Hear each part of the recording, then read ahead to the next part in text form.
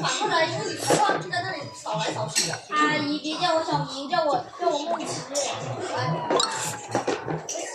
甜甜，啊，梦琪。对，叫我王梦琪。头发在扫。谈谈多好听啊！谈谈。那好像别这就改变成你，是这样子。干嘛？人家我只是不想看你叫的亲情啊，对吧？我们叫的是亲情啊，对不对？我已经习惯了叫我梦琪。那习惯我叫谈谈吗？